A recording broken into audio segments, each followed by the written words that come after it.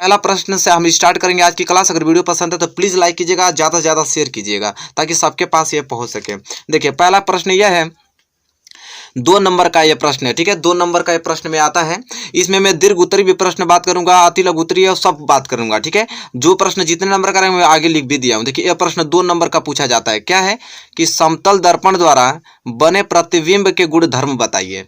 बहुत ज़्यादा important topic है कि समतल दर्पण द्वारा बने प्रतिबिंब के गुण धर्म बताइए। 2 नंबर का पूछा जाता है। तो देखिए उत्तर में क्या लिखेंगे आप कि समतल दर्पण द्वारा बने प्रतिबिंब के गुण निम्नलिखित होते हैं। कौन कौन से गुण होते हैं? देखिए पहला लिखिए कि समतल दर्पण द्वारा बना हुआ प्रतिबिंब आभासी एवं सीधा होता है, और दूसरा प्रतिबिंब का आकार वस्तु के बराबर होता है, अतः आवर्धन का मान 1 सेंटीमीटर है।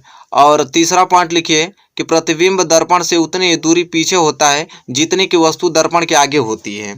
और चौथा पॉइंट आपको यह है कि यह ऊंचाई के मनुष्य को अपना पूर्ण प्रतिबिंब देखने के लिए समतल दर्पण की आवश्यकता न्यूनतम ऊंचाई h/2 होती है, मतलब ऊंचाई की आधी हो जाती है, ठीक है। तो यह आपका 4 पॉइंट है। 4 पॉइंट आप लिख लीजिए और याद कर लीजिए। पहला प्रश्न है कि समतल दर्पण द्वारा बने प्रतिबिंब के गुणधर्म बताइए। तो इस तरह प्रकार आप लिखेंगे तो 2 नंबर आपको मिल जाएगा। तो दोस्तों उम्मीद करता हूं कि यह जो प्रश्न पहला था वो क्लियर हो चुका होगा, कोई दिक्कत नहीं होगी आप लोगों को प्रश्न पहला में, और आप याद भी कर सकते हैं आसानी से। हम इसी के साथ बढ़ेंगे अगले प्रश्न की ओर और प्रश्न उत्तर दूसरे की ओर। देखिए प्रश्न उत्तर दूसरा आपकी स्क्रीन पे आ गया। बेहद अच्छा क्वेश्चन है। अब प्रश्न उत्तर दूसरा यह है, प्रश्न नंबर दूसरा कि मनुष्य की आंख में रेटिना का क्या कार्य होता है। ये भी 2 नंबर का क्वेश्चन पूछा जाता है कि मनुष्य की आंख में रेटिना का क्या कार्य होता है।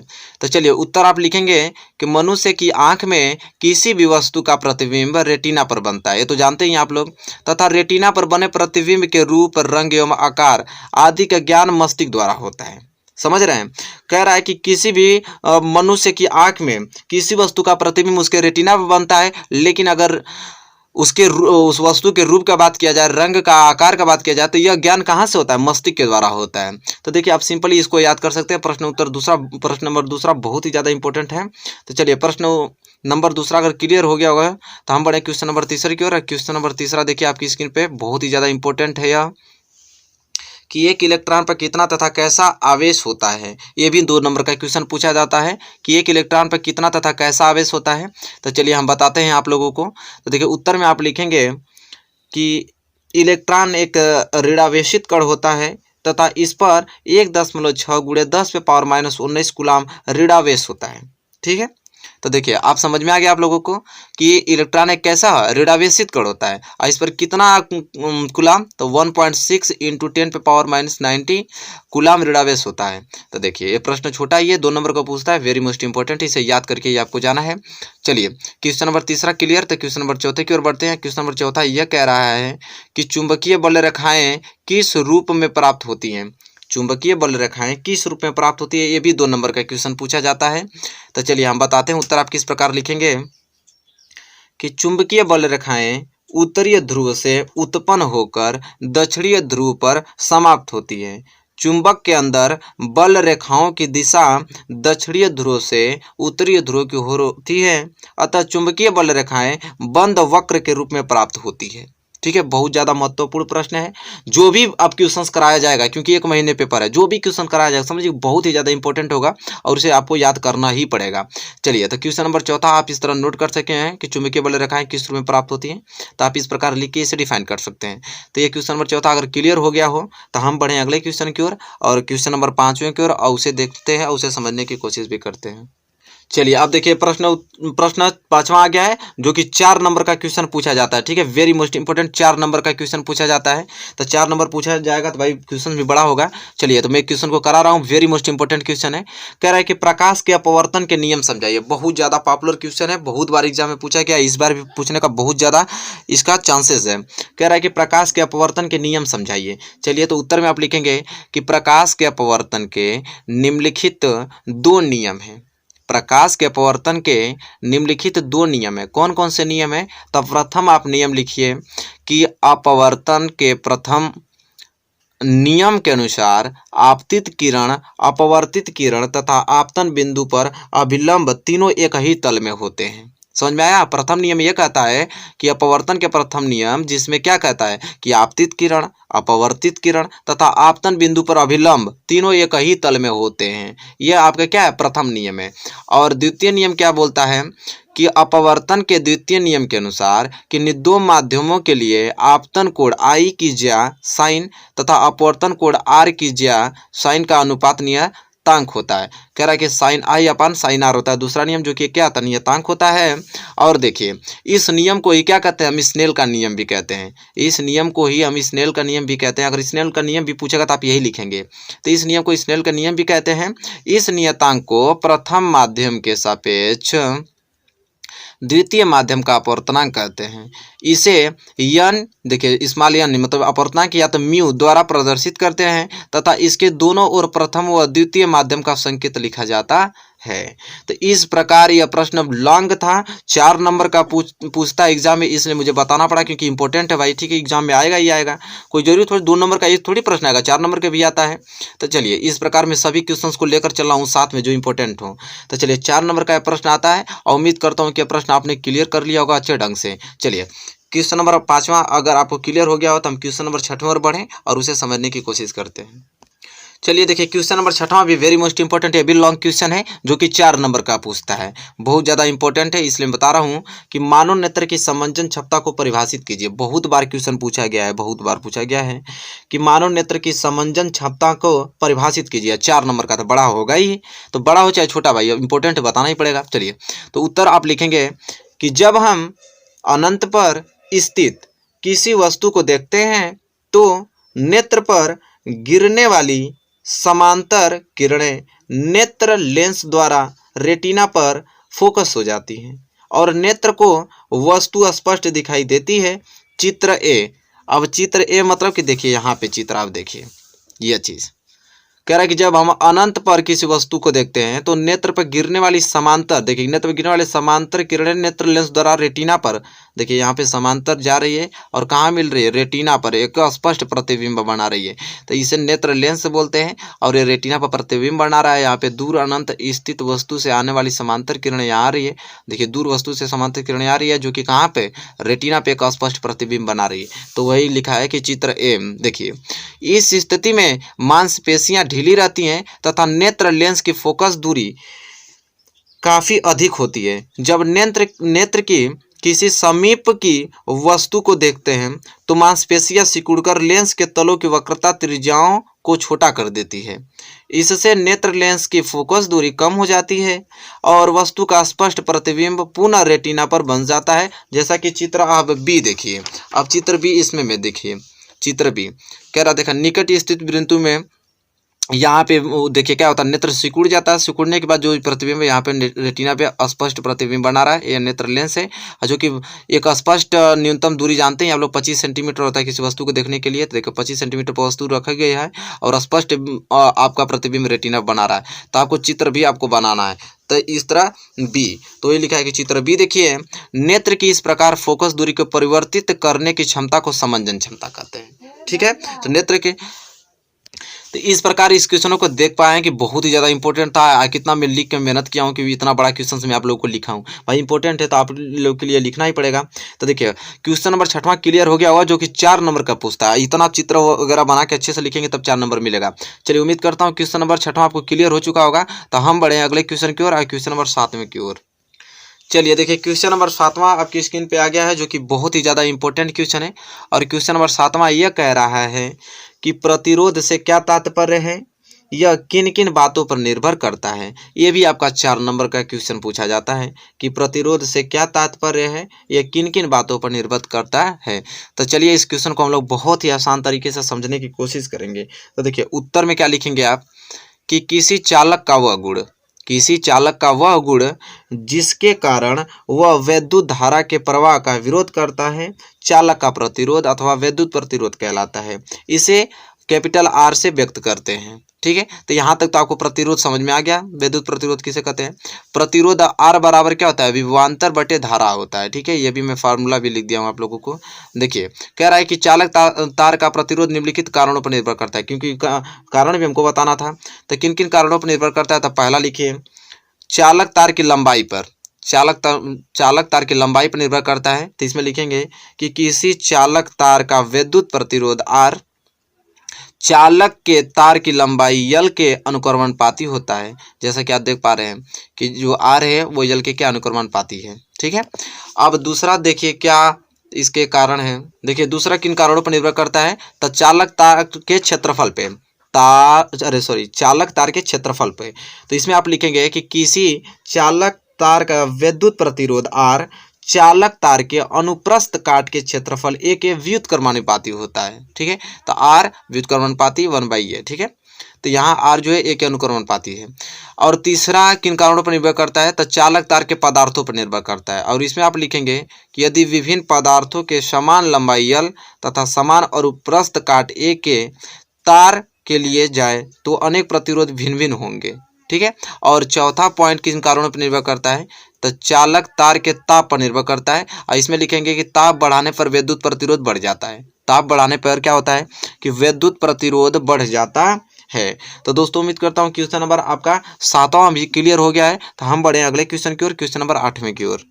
चलिए देखिए इंपॉर्टेंट क्वेश्चन आपकी स्क्रीन पे आ गया, जो बहुत ज़्यादा महत्वपूर्ण क्वेश्चन है।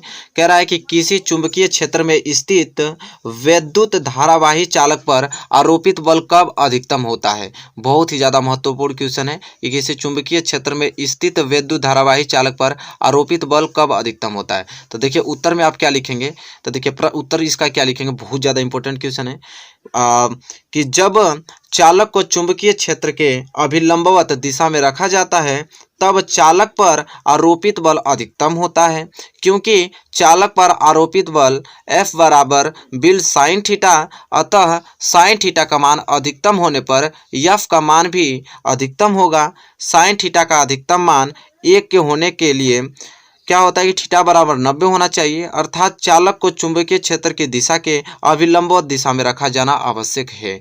बहुत ही ज़्यादा इंपॉर्टेंट क्वेश्चन है, तो इसे क्वेश्चन को आप नोट कीजिए और इसे याद करके ही जाइएगा अपने एग्जाम में। चलिए अगर क्वेश्चन ये क्लियर हो चुका होगा तो नेक्स्ट क्वेश्चन को बढ़ते हैं। नेक्स्ट क्वेश्चन आपकी स्क्रीन पे आ गया, जो बहुत ही ज़्यादा इंपॉर्टेंट है। कह रहा है कि एक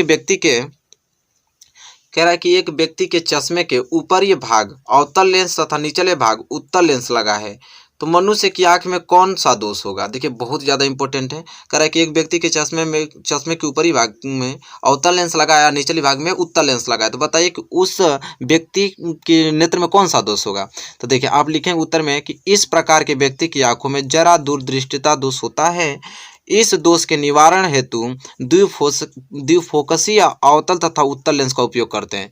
कह रहा है कि अगर कोई व्यक्ति अगर चश्मा पहना है और उसके ऊपरी परत पे अगर अवतल लेंस लगाया है, निचली पे उत्तल लेंस लगाया, तो समझ लीजिए कि उसके नेत्र में जरा दृष्टि दोष है। और उसके निवारण के लिए हम दोनों लेंसों का प्रयोग करते हैं, अवतल लेंस का भी करते हैं और उत्तल लेंस का भी प्रयोग करते हैं। तो दोस्तों उम्मीद करता हूँ एक प्रश्न बहुत ज़्यादा इंपॉर्टेंट है, एक प्रश्न आपको क्लियर हो चुका होगा। चलिए नेक्स्ट प्रश्न की ओर बढ़ चलते हैं। चलिए देखिए नेक्स्ट क्वेश्चन आपकी स्क्रीन पे आ गया, जो कि बहुत ही ज़्यादा महत्वपूर्ण है। कह रहा है कि विद्युत धारा के ऊष्मीय प्रभाव से आप क्या समझते हैं। कह रहा है कि विद्युत धारा के ऊष्मीय प्रभाव से आप क्या समझते हैं। देखिए बहुत ज़्यादा इंपॉर्टेंट, तो आप उत्तर क्या देंगे कि विद्युत धारा के प्रभाव से किसी चालक तार के ताप बढ़ने की घटना को विद्युत धारा का ऊष्मीय प्रभाव कहते हैं। विद्युत बल्ब, हीटर, इस्त्री तथा विद्युत आर्क आदि विद्युत धारा के ऊष्मीय प्रभाव पर कार्य करते हैं। तो इस प्रकार इस क्वेश्चन का आंसर आप देंगे कि विद्युत धारा के ऊष्मीय प्रभाव से आप क्या समझते हैं। तो इस प्रकार अगर लिखते हैं तो एग्जामिनर आपको फुल मार्क्स देगा, 100% देगा। अब बहुत ज़्यादा इंपॉर्टेंट क्वेश्चन, इन क्वेश्चनों को लिख कर याद करके ही जाना आपको किसी के मत पे। चलिए नेक्स्ट क्वेश्चन की ओर बढ़ चलते हैं। और नेक्स्ट क्वेश्चन ये कह रहा है कि किसी कुंडली में, क्वेश्चन ये बोल रहा है कि किसी कुंडली में विद्युत धारा प्रेरित करने की विभिन्न विधियां स्पष्ट कीजिए। ठीक है, बहुत ही ज़्यादा इंपॉर्टेंट क्वेश्चन है। कह रहा है कि किसी कुंडली में विद्युत धारा प्रेरित करने की विभिन्न विधियां स्पष्ट कीजिए। चलिए तो उत्तर आप लिखेंगे हम लोग कि किसी कुंडली में विद्युत धारा को निम्न विधियों द्वारा प्रेरित किया जा सकता है। तो कौन कौन विधि द्वारा प्रेरित किया जा सकता है। तो पहला लिखिए कि एक चुंबक को कुंडली की ओर या उससे दूर ले जाकर, अथवा कुंडली को चुंबक की ओर या उससे दूर ले जाकर चुंबक तथा कुंडली में अपेक्षित गति द्वारा। और दूसरा विधि आप लिख सकते हैं यहाँ पे कि कुंडली के पास रखी एक अन्य कुंडली में प्रवाहित विद्युत धारा की मात्रा में परिवर्तन करके। तो ये दो विधि द्वारा आप कुंडली में विद्युत धारा प्रेरित करने की विभिन्न विधियां स्पष्ट कर सकते हैं। ठीक है, तो बहुत ज़्यादा इंपॉर्टेंट क्वेश्चन, इन क्वेश्चनों को आपको नोट करके किसी कीमत पे ही आपको एग्जाम हॉल में पहुंचना है। ठीक है, चलिए, तो ये अगर क्वेश्चन ये क्लियर हो चुका होगा तो चलिए नेक्स्ट क्वेश्चन की ओर बढ़ चलते हैं, उसे देखने की समझने की कोशिश करते हैं। चलिए दोस्तों, देखिए वेरी मोस्ट इंपॉर्टेंट क्वेश्चन आपकी स्क्रीन पे आ गया है। कह रहा है कि यदि मिट्टी का तेल, तारपीन का तेल तथा जल के अपवर्तनांक क्रमशः 1.44, 1.47 तथा 1.33 है, इनमें प्रकाश की चाल किसमें सबसे अधिक होगी और क्यों होगी। ठीक है, तो देखिए सबसे पहले दिया है मिट्टी का तेल का अपवर्तनांक दिया है 1.44 और तारपीन के तेल का अपवर्तनांक दिया है 1.47 और जल का अपवर्तनांक दिया है 1.33 और हमसे पूछा है कि इसमें किसमें प्रकाश की चाल सबसे अधिक होगी और क्यों होगी। तो चलिए देखिए इस स्लिप में हम लिखे हैं, आपको उत्तर बता रहे हैं इसमें।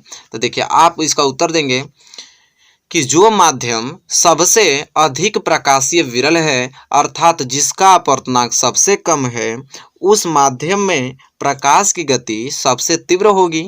उपरोक्त तीनों माध्यमों में से जल का अपवर्तनांक सबसे कम है, अतः इनमें से जल ही ऐसा माध्यम है जिसमें प्रकाश की गति सबसे तीव्र है।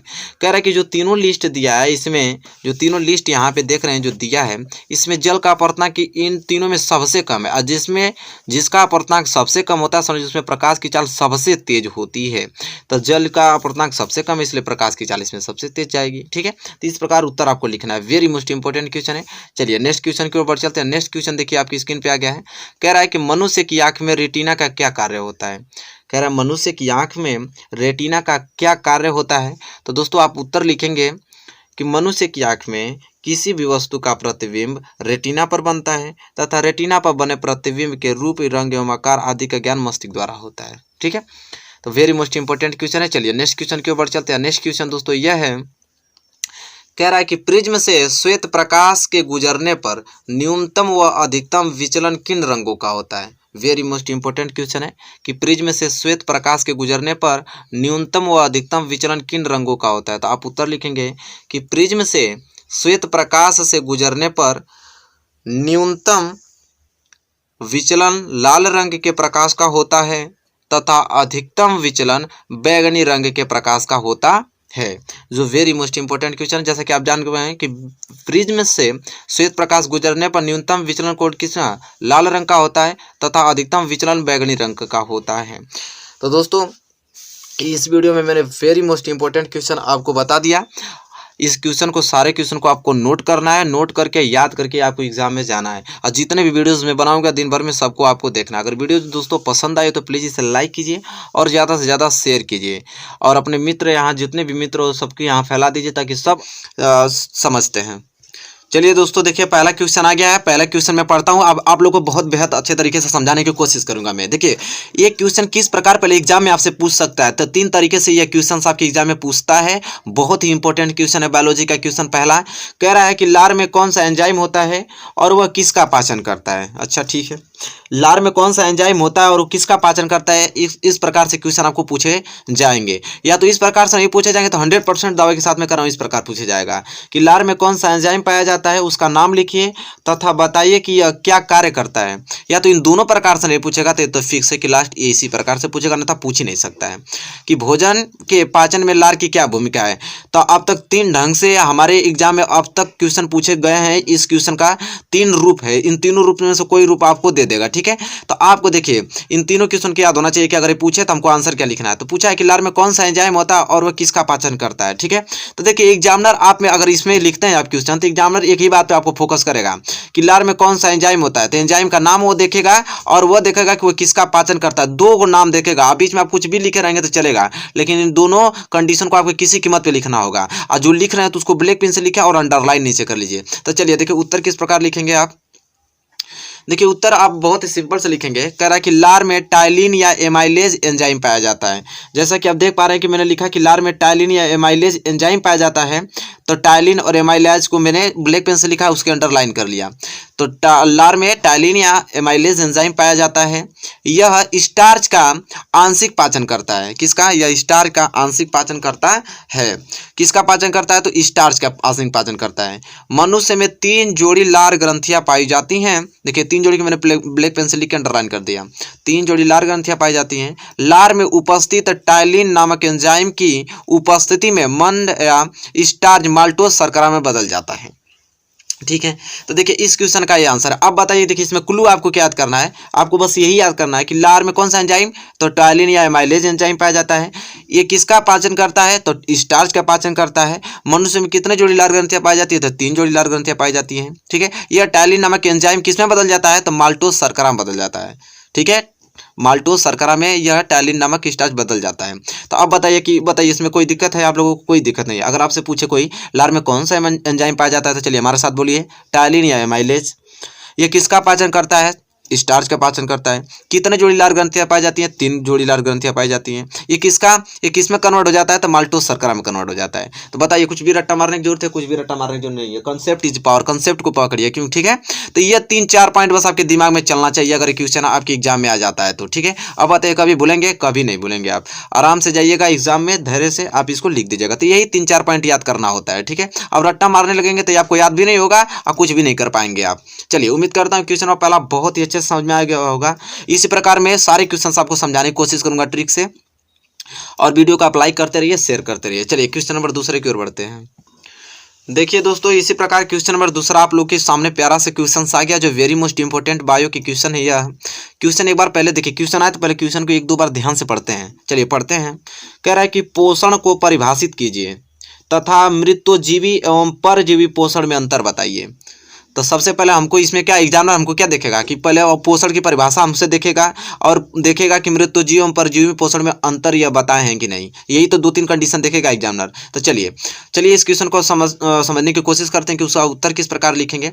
तो उत्तर दोस्तों यह है कि जीवों द्वारा भोजन तथा अन्य पदार्थों के पाचन से पोषक तत्वों को प्राप्त करने की क्रिया को पोषण कहते हैं। मृत्युजीवी जीव मृत कार्बनिक पदार्थों के अपघटन से ऊर्जा प्राप्त करते हैं, उदाहरणतः कुछ जीवाणु, कवक, जबकि परजीवी बड़े पोषक पर आश्रित रहते हुए उनसे निरंतर पोषण प्राप्त करते हैं, उदाहरण जैसे टीनिया, जोंक, अमरबेल। ठीक है, तो दोस्तों अब इस क्वेश्चन में आप देखिए क्या हमको याद करना है। तो हमसे पूछा कि पोषण को परिभाषित, पोषण किसे कहते हैं? तो देखिए, कोई जीव द्वारा भोजन तथा अन्य पदार्थों के पाचन से पोषक तत्वों की प्राप्त करने की क्रिया को पोषण कहता है। अगर हम किसी, जैसे हम हैं, मनुष्य हैं, हम चावल खा रहे हैं, दाल खा रहे हैं, उससे अगर हम पोषक तत्व प्राप्त कर रहे हैं, ठीक है, तो हमारे क्या कहलाएगा? पोषण कहलाएगा। ठीक है, तो वही कह रहा है कि जीवों द्वारा भोजन तथा अन्य पदार्थों के पाचन से पोषक तत्वों की प्राप्त करने की क्रिया क्या कहलाती है? पोषण कहलाती है। अब देखिए, मृतजीवी पोषण किसे कहते हैं? तो मृतजीवी पोषण उसे कहते हैं जो मृत अकार्बनिक पदार्थों के अपघटन से ऊर्जा प्राप्त करते हैं। जो निर्जीव वस्तु, जो मृत, उसमें जान न हो, मृत छोटे छोटे जीवों को वो क्या करते हैं? उससे पोषक तत्व प्राप्त करते हैं, छोटे जीवों से पोषक तत्व प्राप्त करते हैं, वो क्या कहलाते हैं? हमारे मृतजीवी कहलाते हैं। जैसे लिखा है यहाँ पे उदाहरण पे, कुछ जीवाणु, कवक, जबकि परजीवी। देखिए, कुछ जीवाणु, कवक, ये क्या है? मृतजीवी हैं। और जबकि परजीवी बड़े पोषक पर आश्रित होते हैं। जो परजीवी होते हैं वो बड़े पोषक पर आश्रित होते हैं, उससे निरंतर पोषण प्राप्त करते हैं, जैसे टीनिया, जोंक, अमरबेल। जैसे जोंक क्या होता है? जोंक जैसे हम लोग जीवित हैं, हम लोग का खून पीता है, तो ये क्या कहलाएगा? तो ये आपका कहलाएगा परजीवी कहलाएगा। ठीक है, तो दोस्तों अब आप समझ में आ गया होगा आप लोगों को कि मृतजीवी किसे कहते हैं, परजीवी किसे कहते हैं, और उन्हीं से पोषक तत्व प्राप्त करते हैं वो सब, तो उसी को पोषण कहते हैं। बताइए कोई दिक्कत है इसमें? 1% आपको दिक्कत नहीं है इस क्वेश्चन में। उम्मीद करता हूँ क्वेश्चन आपको बहुत अच्छा समझ में आ गया होगा आप लोगों को। ठीक है, तो चलिए अभी तुरंत आपको याद भी हो गया। तो चलिए क्वेश्चन नंबर दूसरा भी क्लियर होता हुआ नेक्स्ट क्वेश्चन की ओर बढ़ेंगे, और नेक्स्ट क्वेश्चन देखिए और इसे समझने की कोशिश करेंगे। ठीक है, तो चलिए क्वेश्चन को पहले ध्यानपूर्वक पढ़ें। कह रहा है कि एक कोशिकीय एवं बहुकोशिकीय जीवों की जनन पद्धति में क्या अंतर है?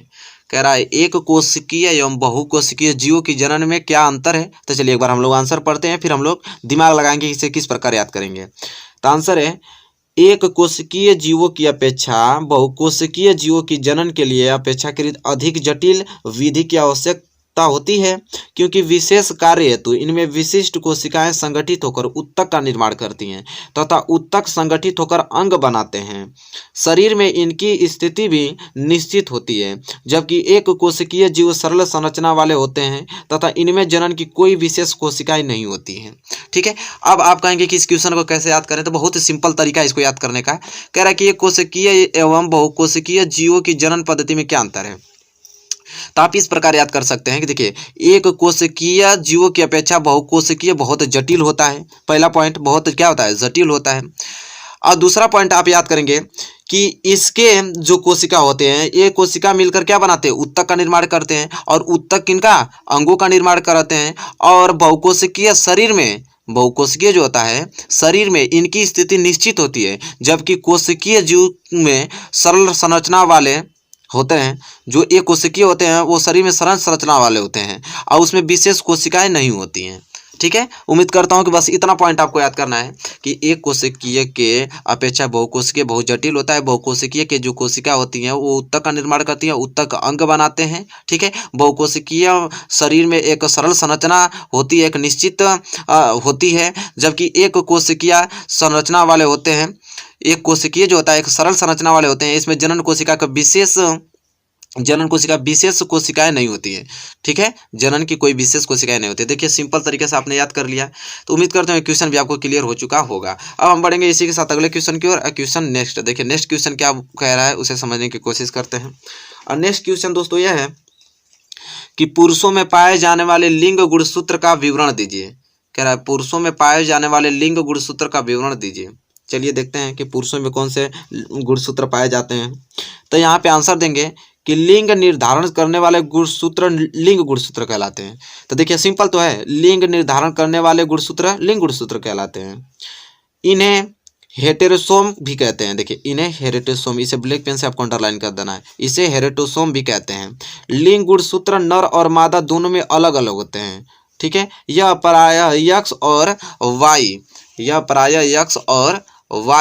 यक्ष और वाई गुणसूत्र कहलाते हैं। मनुष्य में लिंग निर्धारण इन्हीं गुणसूत्रों द्वारा होता है। पुरुषों में पाए जाने वाले लिंग गुणसूत्र यक्ष वाई होते हैं। तो देखिए कितना सिंपल क्वेश्चन था। हमसे पूछा था क्वेश्चन कि पुरुषों में पाए जाने वाले लिंग गुणसूत्र का विवरण दीजिए, तो हम लोग आराम से इसको कर दिए कि लिंग निर्धारण करने वाले गुणसूत्र को लिंग गुणसूत्र कहते हैं। इसे क्या कहते थे, हेटेरोसोम भी कहते थे। ठीक है, और लिंग गुणसूत्र नर और मादा दोनों में अलग अलग पाए जाते हैं। ठीक है, जो कि यक्ष और वाई के रूप में होते हैं। और देखिए, पुरुषों में पाए जाने वाले लिंग गुणसूत्र यक्ष वाई होते हैं और हम लोग के महिलाओं में पाए जाने वाले गुणसूत्र यक्ष एक्स होते हैं। ठीक है, तो यहाँ पे नहीं है, लेकिन आप याद कर लीजिए महिलाओं में यक्ष एक्स गुणसूत्र पाए जाते हैं और पुरुषों में यक्ष और वाई गुणसूत्र पाए जाते हैं। तो कितना सिंपल क्वेश्चन है, बहुत आसानी से हम लोग याद भी कर लिए हैं। ठीक है, तो बताइए लिंग गुणसूत्र में कोई दिक्कत, कोई दिक्कत नहीं है। लिंग निर्धारण करने वाले गुणसूत्र को लिंग गुणसूत्र कहते हैं और नर और मादा में अलग अलग गुणसूत्र पाए जाते हैं और यक्ष वाई के रूप में। ठीक है, और देखिए यहाँ पे और पुरुषों में पाए जाने वाले गुणसूत्र यक्ष वाई होते हैं। तो उम्मीद करते हैं क्वेश्चन क्लियर हो चुका होगा। अब हम बढ़ेंगे अगले क्वेश्चन की ओर। और नेक्स्ट क्वेश्चन देखिए कितना बेहद अच्छा क्वेश्चन आ गया आप लोग की स्क्रीन पे, इसे भी हम लोग आसानी से समझेंगे। ठीक है, कंसेप्ट से कह रहा है यदि निषेचन न हो तो गर्भाशय में क्या क्या परिवर्तन होते हैं। ठीक है, तो देखिए उत्तर आप लिख सकते हैं, बायो का वेरी मोस्ट इंपॉर्टेंट क्वेश्चन है। तो लिखेंगे यदि निषेचन नहीं होता है तो गर्भाशय की भीतरी परत जो मोटी और उत्तकी होती है, यह परत धीरे धीरे टूटकर योनि मार्ग से रुधिर एवं म्यूकस के रूप में निष्कासित होती है। इस चक्र में 1 महीने का समय लगता है। यह ऋतुस्राव या रजोधर्म कहलाता है। ऋतुस्राव की अवधि 2 से 8 दिनों की होती है। तो वेरी सिंपल क्वेश्चन है, आप इसको याद कर सकते हैं अपने ढंग से। ठीक है, बेहद अच्छा क्वेश्चन है। ठीक है, तो यह कुछ पॉइंट है। और किससे, म्यूकस के रूप में, रुधिर के रूप में क्या होती है, निष्कासित होती है। और यह क्या होता है, यदि निषेचन नहीं होता तो गर्भाशय की भीतरी परत क्या हो जाती है, मोटी हो जाती है और उत्तकी होती है। यह परत धीरे धीरे टूटकर योनि मार्ग से रुधिर या म्यूकस के रूप में निष्कासित होती है। इस चक्र में महीने का समय लगता है। कितने महीने का, 1 महीने का समय लगता है। यह ऋतुस्राव रजोधर्म कहलाता है। ऋतु जो स्राव होता है क्या कहलाता है, रजोधर्म कहलाता है। ऋतुस्राव की अवधि 2 से 8 दिनों की होती है। तो बहुत सिंपल क्वेश्चन है, आप इस तरह याद कर सकते हो। उम्मीद करता हूँ क्वेश्चन आपको क्लियर हो चुका होगा। हम बढ़ेंगे अगले क्वेश्चन की ओर। नेक्स्ट क्वेश्चन बायो का वेरी मोस्ट इंपॉर्टेंट क्वेश्चन है कि जीवाश्म किसे कहते हैं। देखिए जीवाश्म किसे कहते हैं, जीवाश्म कितने पुराने होते हैं, इसका आकलन किस प्रकार करते हैं। ठीक है, तो चलिए हम लोग जानेंगे कि जीवाश्म किसे कहते हैं और जीवाश्म कितने पुराने हैं, इसका आकलन किस प्रकार करेंगे हम लोग। देखिए वेरी मोस्ट इंपॉर्टेंट क्वेश्चन है। चलिए देखिए पहले एक बार क्वेश्चन को हम पढ़ लेते हैं, फिर आपको समझाने की कोशिश करता हूँ। क्वेश्चन है कि, और इसका आंसर देंगे कि पत्थरों अथवा पहाड़ों पर प्राचीन काल के जंतु एवं पौधे के अवशेष पाए जाते हैं। इन अवशेषों को जीवाश्म कहते हैं। उदाहरण बर्फ से सुरक्षित जीवों में माछ, गेंडा, मोलस्क, जीवों के कवच आदि। जीवाश्मों की सहायता से हमें विभिन्न कालों में हुई घटनाओं का पता चलता है तथा पौधों व जंतुओं के विकास का क्रम पता चलता है। पत्थर की आयु से जीवाश्म की आयु ज्ञात की जा सकती है। रेडियोधर्मी पदार्थ जो कि जीवाश्मों में होते हैं के द्वारा निर्धारित की जा सकती है। तो देखिए वेरी सिंपल है। आप पहले इस तरफ आप लोगों ने इसको नोट कर लिया होगा। आप समझने की कोशिश कीजिए जीवाश्म किसे कहते हैं। तो जीवाश्म उसे कहते हैं कि जैसे आप समझिए आप आम भाषा में, जैसे बहुत पुराने समय की बात है, बहुत प्राचीन काल में अगर पहाड़ों में या पत्थरों में, ठीक है, और कोई जंतु या पौधा का अवशेष मिला हो जो दबा हो पहले से, ठीक है, इन अवशेषों को ही जीवाश्म कहते हैं। समझ रहे हैं। बहुत पुराने पत्थर और पहाड़ों में अगर कोई जीव दबा हुआ हो, अगर वो जीव मिलता है खुदाई के बाद, तो उसे ही हम क्या कहते हैं, जीवाश्म कहते हैं। ठीक है। और यहाँ लिखे आए जैसे उदाहरण में बर्फ में सुरक्षित जीवों में माछ, गेंडा, मल्टोस जीवों की कवच। ठीक है। गेंडा वगैरह बड़े बड़े जीव अगर बर्फों में दबे हुए हैं, बहुत साल हमको मिल रहे हैं, उसको देख रहे हैं हम लोग, तो उसे जीवाश्म कहते हैं। और जीवाश्मों की सहायता से हम विभिन्न कालों का भी पता करते हैं। अगर उन जीवाश्म को देखकर हम पता कर लेंगे कि हाँ कितने साल पुराने हैं, ठीक है, तो वही लिखा है कि हमें विभिन्न कालों से हुई घटनाओं का पता चलता है उनकी जीवाश्मों से, तथा पौधे व जंतुओं के विकास का क्रम भी पता चलता है। कह रहा है कि इनकी आयु कैसे ज्ञात करते हैं, तो पत्थर की आयु से जीवाश्म की आयु ज्ञात की जा सकती है। जो पत्थरों में दबे होते हैं तो पत्थर की आयु से हम पता कर लेंगे कि जीवाश्म कितने पुराने हैं। और यह रेडियोधर्मी पदार्थ के द्वारा निर्धारित की जा सकती है। रेडियोधर्मी पदार्थ किस में होते हैं, उन जीवाश्मों में जो पाए जाते हैं। ठीक है। तो देखिए कोई दिक्कत है इसमें, 1% दिक्कत नहीं है। जो भी चीज था कि जीवाश्म किसे कहते हैं, तो पत्थरों एवं पहाड़ों में प्राचीन काल में दबे हुए जीव जंतुओं जो हमें अवशेष मिलते हैं उसे जीवाश्म कहते हैं। ये कितने पुराने होते हैं तो हम उनके पत्थरों से उनके काल का पता लगा सकते हैं। ये इसका आकलन किस प्रकार करते हैं, तो इस प्रकार करते हैं। देखिए इस सरली क्या बता देंगे, तो बताइए कोई दिक्कत कोई नहीं। अब अभी आपके दिमाग में बैठ गया होगा कि अगर क्वेश्चन आ जाएगा तो मुझे किस प्रकार बनाकर किस तरह इसको एक्सप्लेन करके लिखना है। तो कोई बताइए कि दिक्कत कोई 1% दिक्कत नहीं होगा। आप वीडियो को शेयर करते रहिए, लाइक करते रहिए। चलिए हम बढ़ेंगे अगले क्वेश्चन की ओर, नेक्स्ट क्वेश्चन की ओर, और उसे समझने की कोशिश हम लगातार करते रहेंगे। चलिए दोस्तों एक प्यारा सा क्वेश्चन आपकी स्क्रीन पे आ गया। बेहद अच्छा क्वेश्चन, बहुत बार पूछा गया क्वेश्चन है। इस क्वेश्चन को भी हम लोग रट्टा नहीं मारेंगे, जिस प्रकार सारे क्वेश्चन को कंसेप्ट से पढ़े हैं। आगे वीडियो जो भी आएंगे कंसेप्चुअल ही आएंगे। ठीक है। आप बस वीडियो पर लगातार बने रहिए। चलिए क्वेश्चन पढ़ते हैं। कह रहा है अगर प्लेनेरिया या हाइड्रा को कई टुकड़ों में काट दें तो इसका क्या परिणाम होगा, इस क्रिया का वर्णन कीजिए। अभी मैं आपको बताऊंगा कि प्लेनेरिया क्या होता है और हाइड्रा क्या होता है। तो ये कह रहा है प्लेनेरिया हाइड्रा को कई टुकड़ों में काट दें तो इसका क्या परिणाम होगा, इस क्रिया का वर्णन कीजिए। देखिए 2013 में एक प्रश्न पूछा गया था, लेकिन आपकी एनसीईआरटी में इसी प्रश्न को इस प्रकार पूछा है कि प्लेनेरिया में पुनरुद्भवन द्वारा अलैंगिक जनन का वर्णन कीजिए। तो अभी क्वेश्चन को पता चल जाएगा आपको कि प्लेनेरिया होता है क्या, हाइड्रा क्या होता है। जब ये दोनों पता चल जाएगा तब क्वेश्चन को किस प्रकार लिख देंगे। तो चलिए पहले क्वेश्चन नोट कीजिए, इसके बाद आंसर नोट कीजिए, मैं फिर बताऊंगा आपको ट्रिक याद करने का। कह रहा है यदि प्लेनेरिया या हाइड्रा को अनेक टुकड़ों में काटा जाता है तो प्रत्येक भाग वृद्धि एवं विभाजन द्वारा संपूर्ण हाइड्रा एवं प्लेनेरिया का निर्माण कर लेता है। यह शरीर नव निर्माण की इस प्रक्रिया को पुनरुद्भवन कहते हैं। ट्रेम्बले के अनुसार, देखिए वैज्ञानिक हैं, आप इसको हाईलाइट कर सकते हैं। ट्रेम्बले के अनुसार पुनः 1.6 mm तक का हाइड्रा का टुकड़ा पूर्ण जीव का निर्माण कर सकता है। ठीक है। देखिए प्लेनेरिया हाइड्रा एक प्रकार का समुद्री जीव है। अब बात को समझिए, इसका क्वेश्चन कहने का मतलब ये चीज़ है। देखिए प्लेनेरिया हाइड्रा एक छोटे जीव होते हैं। प्लेनेरिया हाइड्रा एक छोटे जीव होते हैं, बहुत ही छोटे जीव होते हैं। अगर उन छोटे जीव को अगर हम इस तरह टुकड़ों में अगर काट देते हैं, सोचेंगे कि आधा आधा आधा कई टुकड़ों में भाग में उस जीव को काट दें तो वो मर जाएंगे, तो ऐसा कुछ नहीं। कुछ दिनों बाद वो छोटा जीव एक संपूर्ण जीव में निर्धारित हो जाएगा, एक मतलब कि पूरा शरीर रूप धारण कर लेगा। ठीक है। और वही उन्होंने ट्रेम्बले ने कहा था, और उन्हीं को देखिए उन्हीं शरीर को एक नए रूप में निर्धारण को पुनरुद्भवन कहते हैं। ठीक है। अब देखिए ट्रेम्बले एक वैज्ञानिक थे, उन्होंने बताया इसके बारे में कि अगर उसको 1.6 mm तक भी उस जीव को काट देते हैं, इतना छोटा कर देते हैं कि 1.6 mm तक हो जाए, तो वो भी एक हाइड्रा का टुकड़ा 1.6 mm हाइड्रा का टुकड़ा भी एक पूर्ण जीव का निर्माण कर सकता है। ठीक है। तो दोस्तों ये है, बताइए आप समझ में आ गया ना कि प्लेनेरिया हाइड्रा क्या है। तो प्लेनेरिया हाइड्रा एक समुद्री छोटे जीव होते हैं, अगर उसको काट दिया जाए तब भी वो अपने संपूर्ण जीव बन जाते हैं कुछ दिनों बाद। और ट्रेम्बले ने कहा था कि 1.6 mm तक हाइड्रा जो होता है छोटा जीव, अगर उसको इतना छोटा कर दिया जाए 1.6 mm तक, तब भी वो अपना पूर्ण शरीर धारण कर सकता है। अब बताइए कोई दिक्कत। तो क्वेश्चन ये था ना कि अगर प्लेनेरिया हाइड्रा को कई टुकड़ों में काट दें तो इसका क्या परिणाम होगा। तो इसका यही परिणाम होगा भाई कि अपने पूर्ण रूप में धारण हो जाएगा।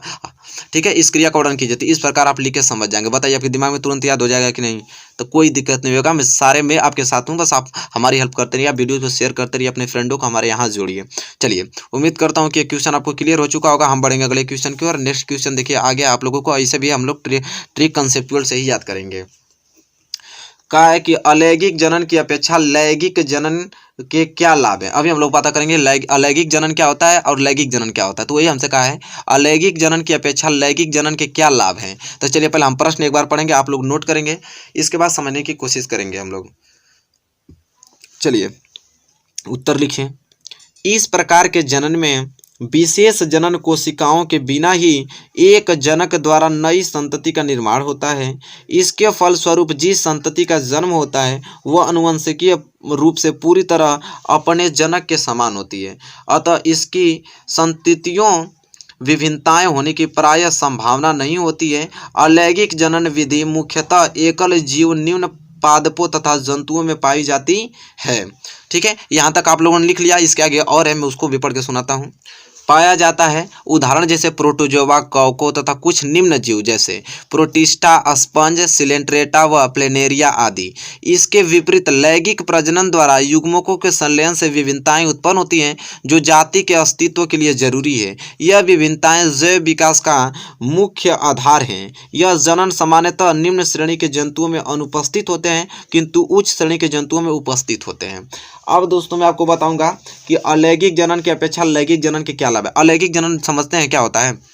अलैंगिक जनन मतलब कि अगर छोटे जीव के साथ अगर प्रजनन कराए, पर अगर छोटे जीव आपस में प्रजनन कर रहे हैं तो कोई जरूरी नहीं है कि उसमें विशेष प्रकार की कोशिका ही हो तभी उसके समान वह बनेगा। अगर विशेष प्रकार की कोशिका भी नहीं है तो अगर उसके साथ प्रजनन कराया जा रहा है तब भी वह अपने रूप धारण कर लेंगी और रूप धारण करने के बाद उनसे देखिए उनमें अलग अलग विभिन्नताएं की संभावना भी नहीं होती है, उन्हीं के रूप में वो ढल जाएंगी। लेकिन देखिए लैंगिक जनन में क्या होता है, जैसे हम लोग अगर पैदा हुए हैं तो देखिए हम लोग अपने माँ बाप से कुछ विभिन्नताएं अलग हो सकते हैं। ठीक है, तो लैंगिक जनन प्रजनन युग्मों के संलयन से विभिन्नताएं उत्पन्न होती हैं जो जाति के अस्तित्व के लिए जरूरी है। ये विभिन्नताएं जैव विकास का मुख्य आधार है। यह जनन सामान्यतः निम्न श्रेणी के जंतुओं में अनुपस्थित होता है किंतु उच्च श्रेणी के जंतुओं में उपस्थित होता है। तो वही कह रहा है कि जो लैंगिक जनन होता है वो निम्न श्रेणी के जंतुओं में नहीं पाया जाता है। हम लोग की जो श्रेणी के जंतुओं में पाया जाता है उस श्रेणी जंतुओं के जैसे हाथी हुआ, घोड़ा हुआ, बड़े जो जीव जंतु हैं उन श्रेणियों में पाया जाता है। ठीक है, तो दोस्तों उम्मीद करता हूँ कि क्वेश्चन आपको सरल तरीके से समझ में आ गया होगा कि अलैंगिक जनन की अपेक्षा लैंगिक जनन क्या लाभ है। ठीक है, तो यही लाभ होता है दोस्तों। तो इस क्वेश्चन को आप इस ढंग से याद कर सकते हैं। अब हम बढ़ेंगे अगले क्वेश्चन की ओर और नेक्स्ट क्वेश्चन देखेंगे। देखिए बेहद अच्छा क्वेश्चन आप लोग के पास आ गया है कि कह रहा है कि जाइलम तथा फ्लोएम में पदार्थों के परिवहन में क्या अंतर है। जाइलम तथा फ्लोएम क्या होता है अभी मैं बताऊंगा आप लोगों को कि जाइलम तथा फ्लोएम में पदार्थों के परिवहन में क्या अंतर है। तो चलिए उत्तर लिखिए, जाइलम तथा फ्लोएम में अंतर। एक और जाइलम लिख लीजिए, जाइलम को दारू कहते हैं। ये दारू जो पीते हैं वो दारू वाला नहीं है। ठीक है, आप अभी समझ में आएगा कि क्या होता है। जाइलम को दारू कहते हैं, फ्लोएम को पोषवा कहते हैं। अब देखिए जाइलम में पहला पॉइंट है कि दारू एक जटिल उत्तक है जो वाहिकाओं द्वारा मृदुतक और दारू रेशों से मिलकर बना होता है। ठीक है, अब फ्लोएम में पहला पॉइंट है यह चालनी नलिकाओं, कोशिकाओं, पोषवाह मृदुतक और पोषवाह रेशों से मिलकर बना होता है। इसी प्रकार दूसरा पॉइंट लिखिए जाइलम में कि वाहिकाओं का निर्माण परस्पर उपस्थित कोशिकाओं की भित्ति के पूर्ण तथा आंशिक विघटन से होता है। और फ्लोएम में दूसरा पॉइंट लिखिए कि चालनी नलिकाएं आपस में चालनी पट्टिकाओं द्वारा जुड़ी रहती हैं। और तीसरा पॉइंट जाइलम में लिखिए दारू मृदुतक कोशिकाएं जीवित होती हैं।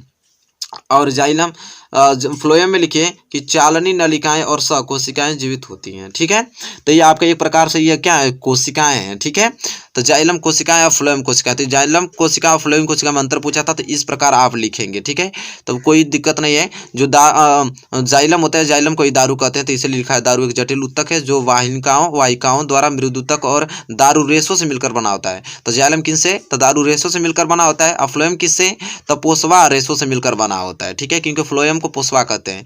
तो पहला पॉइंट ऐसे ही आप लोग जान गए कि जाइलम किससे, दारू रेशो से मिलकर बना होता है, अब फ्लोएम किससे, तो पोस्वा रेशो से मिलकर बना होता है, ठीक है।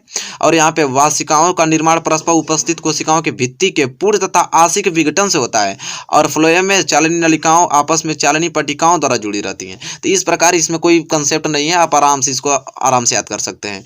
तो दोस्तों उम्मीद करते हैं क्वेश्चन आपको क्लियर हो चुका होगा, नो डाउट होगा आपको इसमें। अब हम इसी के साथ बढ़ेंगे अगले क्वेश्चन की ओर, और उसे अगले क्वेश्चन को पढ़ेंगे और उसे समझने की कोशिश करेंगे उसी तरह जिस तरह हम लोग सारे क्वेश्चन को किए हैं। देखिए एक पॉइंट छूट गया था, उसमें एक पॉइंट और चाहेंगे तो लिख सकते हैं कि दारू का मुख्य कार्य जड़ों द्वारा अवशोषित जल और खनिज लवणों को पादप के अन्य भागों में पहुंचाना होता है, ठीक है। तो देखिए आप समझ गए आप लोग कि फ्लोएम जाइलम किस में पाया जाता है, तो पौधों में। तो कह रहा है कि दारू का मुख्य कार्य यह होता है कि जड़ों द्वारा, जैसे कोई भी पेड़ है उसके जड़ों द्वारा जो अवशोषित जल होता है, अवशोषित जल को सूख कर खनिज लवणों को पूरे भाग में, पूरे पेड़ में पहुंचाता है। और फ्लोएम क्या होता है कि इसका मुख्य कार्य पत्तियों द्वारा निर्मित भोजन पदार्थों के अन्य भाग में पहुंचाना होता है। तो आप लोग समझ गए हैं, जाइलम तो होता है जड़ के द्वारा अवशोषित जल को पूरे शरीर में पहुंचाता है, और फ्लोएम यह होता है कि सूर्य के प्रकाश से पत्तियों द्वारा जो इसका भोज्य पदार्थ होता है उसको पत्तियों द्वारा पूरे शरीर में पहुंचाता है। तो आप समझ गए होंगे आप लोग। तो चलिए अब नेक्स्ट क्वेश्चन देख लेते हैं। नेक्स्ट क्वेश्चन दोस्तों यह है कि स्वपोषी पोषण के लिए आवश्यक परिस्थितियां कौन सी है, इसके उपोत्पाद या अंतिम उत्पाद क्या हैं, या तो इसी क्वेश्चन को पूछेगा कि स्वपोषी पोषण क्या है, उदाहरण देकर संक्षेप में समझाइए। तो बहुत इंपॉर्टेंट क्वेश्चन, मैं अभी बताऊंगा कि स्वपोषी पोषण किसे कहते हैं, ठीक है। तो आप प्रश्न उतार लीजिए, आप लोग ध्यानपूर्वक प्रश्न आपने उतार लिया कि स्वपोषी पोषण के लिए आवश्यक परिस्थितियां कौन सी है, इसके उपोत्पाद या अंतिम उत्पाद क्या है, या तो इसी क्वेश्चन को पूछेगा स्वपोषी पोषण क्या है, उदाहरण देकर संक्षेप में समझाइए। प्रश्न उम्मीद करता हूँ उतार लिए होंगे, आंसर नोट कीजिए, फिर हम लोग समझेंगे क्या होता है स्वपोषी पोषण। पढ़ते ही आप समझ जाएंगे। स्वपोषण का शाब्दिक अर्थ है स्वयं को शोषित करना, जैसे हरे पादप कार्बन डाइऑक्साइड और जल से प्रकाश तथा पर्णहरिम की उपस्थिति में प्रकाश संश्लेषण क्रिया द्वारा अपने भोज्य पदार्थों का निर्माण स्वयं कर लेते हैं। इस प्रकार वे जीव जो अपने भोज्य का निर्माण स्वयं करते हैं स्वपोषी कहलाते हैं, तथा ऐसा पोषण स्वपोषी पोषण कहलाता है। पृथ्वी पर पाए जाने वाले अधिकांश पौधे स्वशोषित हैं। स्वपोषण के लिए आवश्यक परिस्थितियां जल, कार्बन डाइऑक्साइड, पर्णहरित व सूर्य के प्रकाश की उपस्थिति होती है, और इसके उपोत्पाद ग्लूकोज व ऑक्सीजन है। देखिए जैसा एक एग्जाम्पल भी आप दे सकते हैं बेहद अच्छा, कि जैसे 6CO2 कार्बन डाइऑक्साइड में अगर मैं जल मिला दूँ 12H2O, तो यह पर्णहरित और सूर्य के प्रकाश से ग्लूकोज बना देगा C6H12O6 प्लस जल का निर्माण करेगा 6H2O, और ऑक्सीजन के रूप में बाहर निकल जाएगा 6O2 के रूप में। तो अब मतलब आप समझ गए कि स्वपोषी उसे कहते हैं जो स्वयं से अपना भोजन बनाता है, ठीक है। जैसे पेड़ अपने स्वयं भोजन बनाते हैं, सूर्य के प्रकाश से अपना भोजन ग्रहण करते हैं। तो एक तरह के अधिकांश पौधे क्या कहलाते हैं, हमारे स्वपोषण कहलाते हैं, स्वपोषित होते हैं। वो देखिए पृथ्वी पर पाए जाने वाले अधिकांश पौधे क्या होते हैं, स्वशोषित होते हैं, जिससे स्वपोषण के लिए आवश्यक परिस्थितियां जल और कार्बन डाइऑक्साइड, पर्णहरित सूर्य के प्रकाश से अपना भोजन प्राप्त करते हैं। तो आप लोग समझ गए होंगे कि स्वपोषी पोषण उसे कहते हैं जो स्वयं भोजन अपना बनाते हैं, ठीक है, ग्रहण करते हैं, उसे हम लोग स्वपोषी पोषण कहते हैं। अधिकांश पौधे हमारे क्या कहलाते हैं, स्वपोषी पोषण कहलाते हैं। अब बताइए कोई दिक्कत नहीं है। आप पौधे जैसे जानते हैं कार्बन डाइऑक्साइड हुआ, जल हुआ, पर्णहरित सूर्य के प्रकाश से ही अपना भोजन बनाते हैं। तो उम्मीद करता हूं कि ये क्वेश्चन आपको बेहद अच्छा क्लियर हो गया होगा। बेहद अच्छा क्वेश्चन है, क्वेश्चन को पूरा नोट करना है आप लोगों को। अब वीडियो पसंद आए वीडियो को शेयर जरूर करते रहिए, ठीक है। मैं लगातार निरंतर बना रहूंगा आप लोगों के साथ। चलिए उम्मीद करते हैं क्वेश्चन क्लियर हो चुका होगा। नेक्स्ट क्वेश्चन की ओर बढ़ चलते हैं, नेक्स्ट क्वेश्चन समझने की कोशिश करते हैं। चलिए दोस्तों नेक्स्ट क्वेश्चन आ गया आप लोग की स्क्रीन पे, देखिए बेहद अच्छा क्वेश्चन है। इस क्वेश्चन को पढ़ते हैं और इसे कंसेप्ट से समझने की कोशिश करते हैं। यह क्वेश्चन दोस्तों यह है, कह रहा है कि रंध्र क्या है, इसकी उपयोगिता स्पष्ट कीजिए।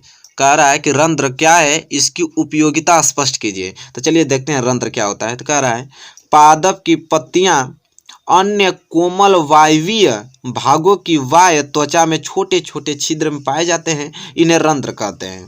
प्रकाश संश्लेषण के लिए गैसों का आदान प्रदान रंध्रों के द्वारा होता है।